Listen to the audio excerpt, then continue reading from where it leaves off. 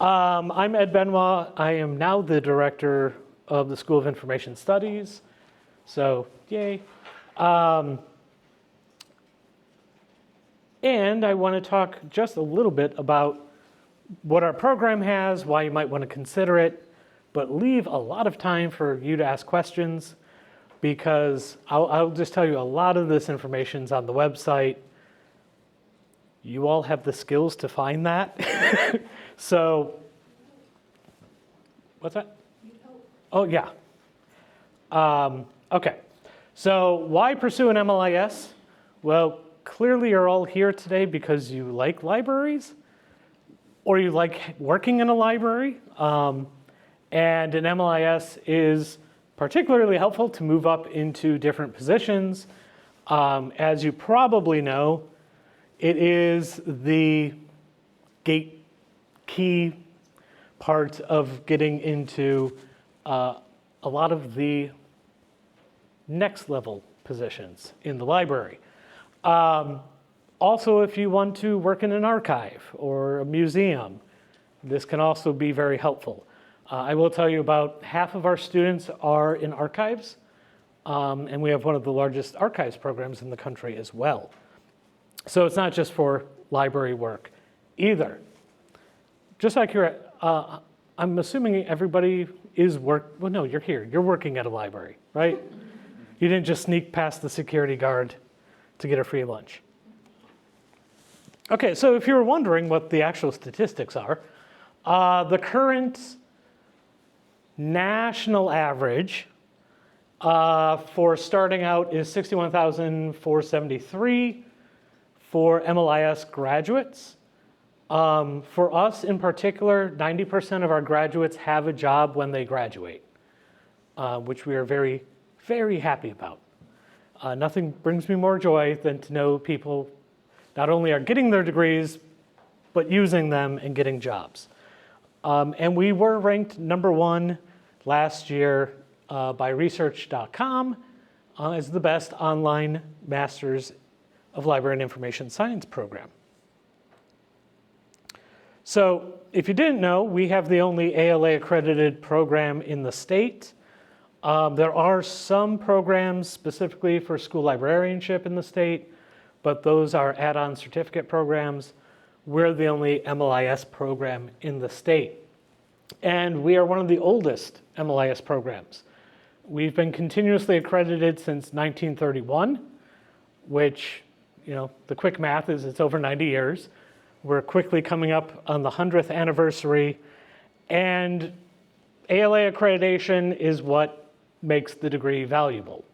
Wow, is that the fire alarm? No. Okay.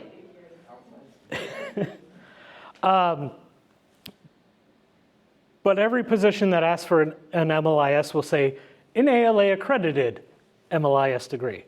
And what ALA does is every 7 to 8 years they come in, they review our program, they make sure that we're meeting the standards and teaching the curriculum to make sure that our graduates can work in libraries. So this is now, and stay with me here, this part gets confusing, as Emily can tell you. Up until the pandemic, it's a good benchmark, we had an online program that was full semesters, the fall semester, the spring, and summer, 14-week long terms. And LSU considered it an on-campus program that just so happened to be delivered online. So if you were an out-of-state resident, you had to pay twice the tuition, which was not good. We had about 150 students at the time. In 2020, we decided to move our online program into LSU Online, which is their official online platform. So that platform splits, they do half terms. So each class in fall and spring is 7 weeks, and in the summer it's a 5-week term. but we do open up the classes 2 weeks early so you can pretend it is 7 weeks. And the majority of students take one class at a time, and most finish between 1.5 to 2 years in the program. We actually have found that students taking one class at a time in 7 weeks, they actually have better grades and they have better outcomes. And my theory, I can't prove it, is that they're not having to keep switching between subjects. They're just focused on one thing before they move on to the next thing. It also affords students the ability of, you have a wedding coming up, you have a vacation coming up. You can skip 7 weeks and just take that term off and come back right afterwards. So it gives a little bit more flexibility there. The other nice thing is with our 2 programs, with the on-campus, the SIS online as we call it, there we do have 14-week courses, but it's really only our required core courses. All of your electives are going to be also in 7 weeks because we put you all into the same classes. Most of our students in the SIS online platform, and I hate to keep calling you out, but like Emily, it's because we have funding. So if we can give you a GA-ship or certain scholarships might require you to be an on-campus student, well, then we move you into that. Otherwise, it makes more sense to be in the LSU online program. But the on-campus version, the tuition is dependent on how many courses you're taking at a time, and it can wind up being more expensive depending on how you do it. But if you can get a GA-ship, then you're not paying tuition. So, what is it though? Okay, so we have about 6 or 7 graduate assistants who work 20 hours a week for a faculty member. Half the positions are research focused, where you're helping a faculty member do research. The other half, you're a teaching assistant for our undergrad classes, which are also online.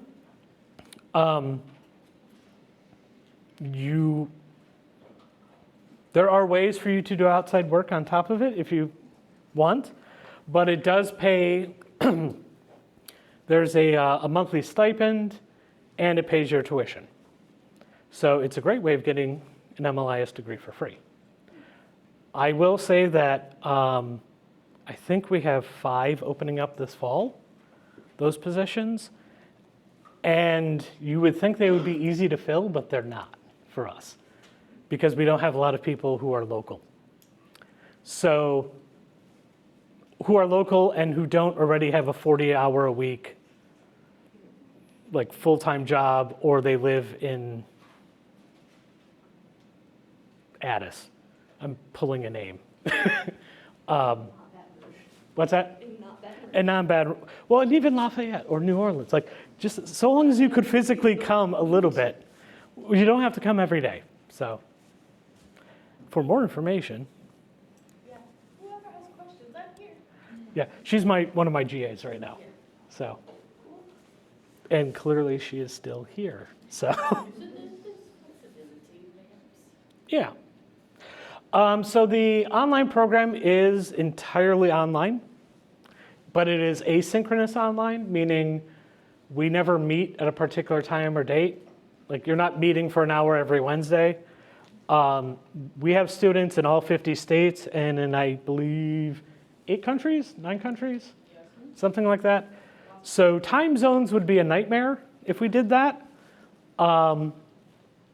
We still have about a quarter of our students are still from Louisiana, though. Bless you. And the one thing I didn't mention earlier, yeah, we went from 150 students to over 1,000. So, yeah, there's a lot of students. Just saying a quarter are from Louisiana is still a substantial number. So no matter on campus, online, it's the same degree. It's 36 hours. There's no thesis. There's no comprehensive exam. There's no requirement to do an internship. That being said, if you've never worked in a library, which obviously you all have, I do recommend doing an internship. It's just not a requirement. And you can get credit for internships, paid or unpaid. Half of the degree is required courses. The other half is open electives. We do not require the GRE for applications. There is a caveat on that. If your undergraduate GPA is more borderline, we may ask for it to prove to the graduate school that you can complete the degree. Yes? What would be borderline? Okay, that is an excellent question, and do I have that later in my slides? I do, so I'll come back. I'll come back to the other side and jump here. If you have an undergraduate of a 3.0 in your last 60 hours, so the last half of your degree, or a 3.0 overall, that is general admission. At the 2.5 range is when we start asking for GREs. In between there is provisional admission, where you just have to get a 3.0 within your first 6 hours, and then you're fine. And even if you're under a 3.0, a lot of times it's just explaining why. You had a full-time job, you had a family issue. We look at every application. It's not just like an automatic no. So no matter what degree platform, it's an LSU degree. You go to the LSU commencement, your degree says Louisiana State University. It does not say Louisiana State University online. So it is a full LSU degree. We do our commencement 3 times a year, and we actually do a hooding ceremony for our graduates with the MLIS, where before the main commencement, we do a much smaller ceremony. We read your bios, and we physically put your hood over you. If you want to see what one looks like, we have them on YouTube. They're pretty neat. Jordan helps out with all those, so I don't have to do them.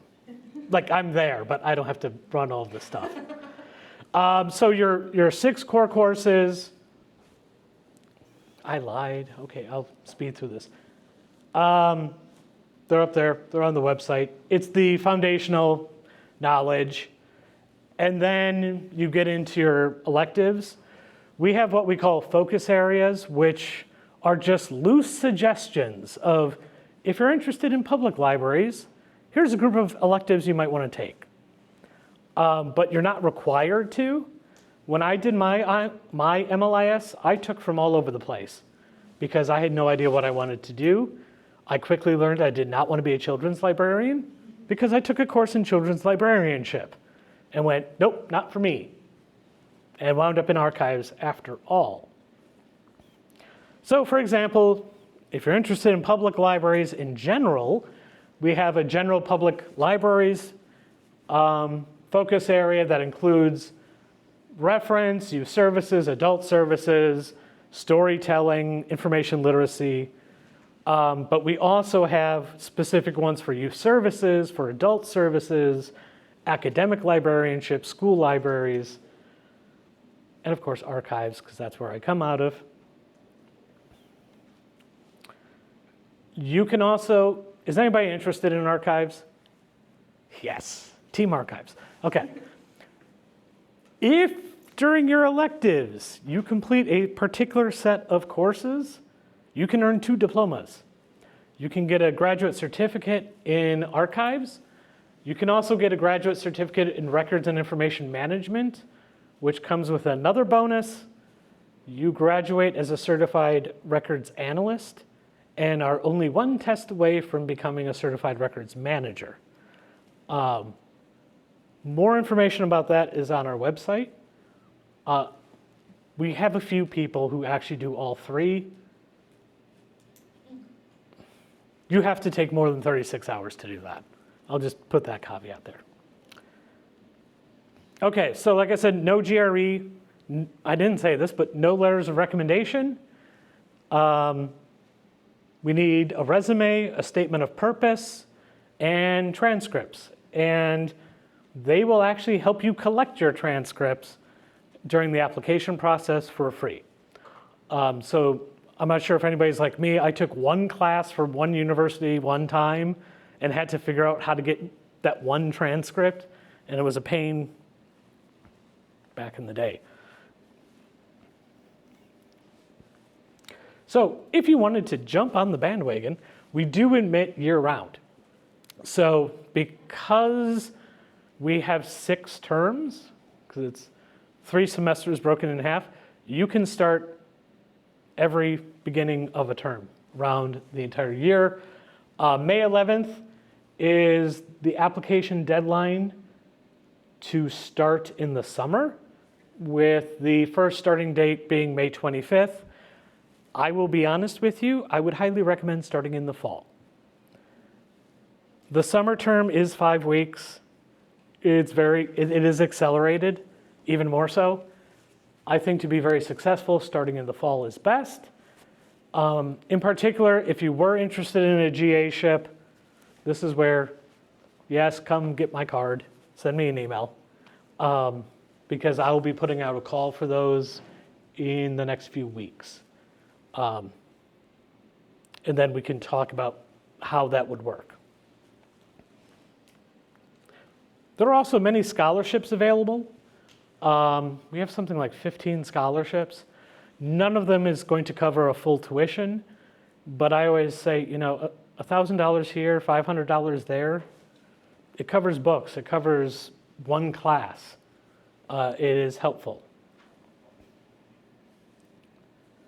So, okay, this is a pretty standard. Oh, there's also an honor society.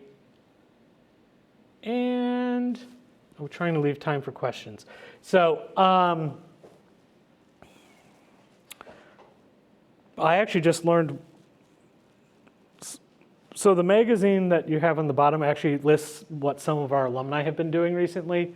And I actually just learned, and I'll share this with you, Jordan, one of the alumni, she was my GA. She helped me out on one of my research projects that we just got a publication out of.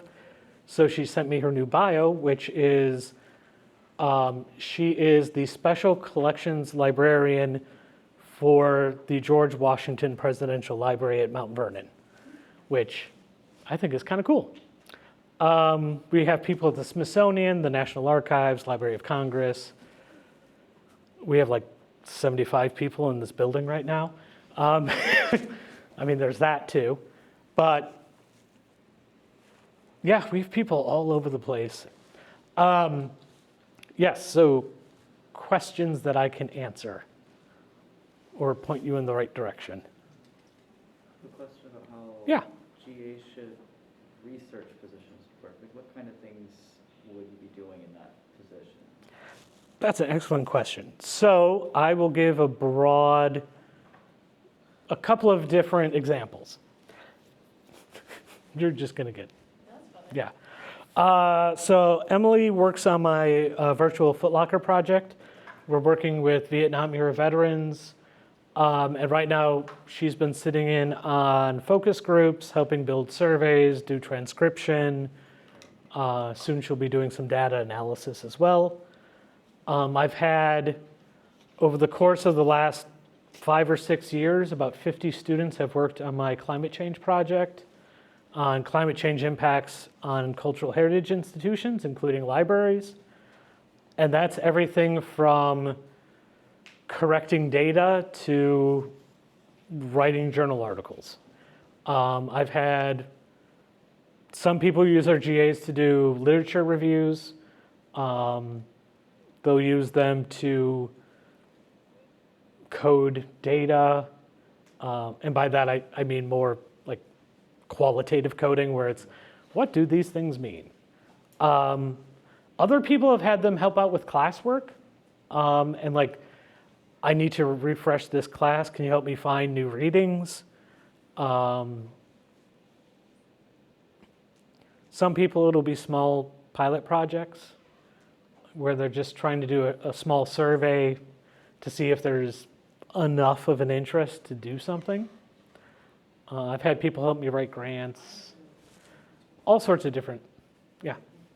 And very few of the GA ships require you to actually come into the office, mainly because most of us aren't in the office that often. Yeah. That's what I was gonna ask, if there was like a physical location on campus. There is. We're in Peabody Hall. Jordan's there almost every day. I'm there almost every day. There's probably about 6 of us that are there on a regular basis. Half of our faculty don't live in Louisiana, which the fact that we've been allowed to hire them is a big boon to us, because one of them she was a rural libraries director of a system for 15 years, and she just wrote the textbook in rural librarianship. She can't up and move her entire family and uproot them to move down to Louisiana. And she doesn't live near any university that she can work for, so she works for us. And she's amazing, Jen Thiele, yeah. And we have other people like that. We have the current president-elect of ICRM, which is the International Certified Records Manager Association. She did a full 30-year career, retired, and now she works for us, just giving back. But we have a lot of people like that, where it's just, if it wasn't for a remote position, they wouldn't be able to be a faculty member. The downside is they actually aren't in. But our GAs do have office spaces that they can use if you would like to fight LSU traffic. That's the other fun part.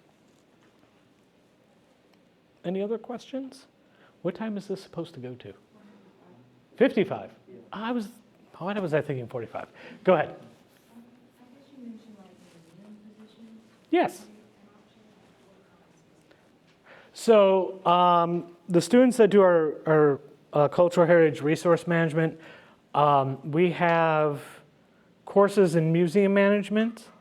We have preservation courses, conservation courses. Some of our graduates work at the Rural Life Museum, the Art Museum here in town. Some of them are in curatorial. Others work in the registrar. So they're kind of doing cataloging for art museums. If you like cataloging, there are many jobs out there for you. I was actually just talking to Mary Stein about this, about cataloging is one of those things where if you like it, great for you, because you'll have jobs. Same thing with metadata. It's just a very different skill set, I think, than most people. And I will say we are actually actively adding more museum courses right now to try and broaden out that area. We also have a lot of our graduates go into the Doctor of Design program in cultural preservation. So right now we have 5 graduates who 2 have actually finished their Doctor of Design, and we have 5 more in the program right now. So that's an applied doctorate for people in cultural heritage, if you want to get a doctoral degree. We're kind of skipping ahead there.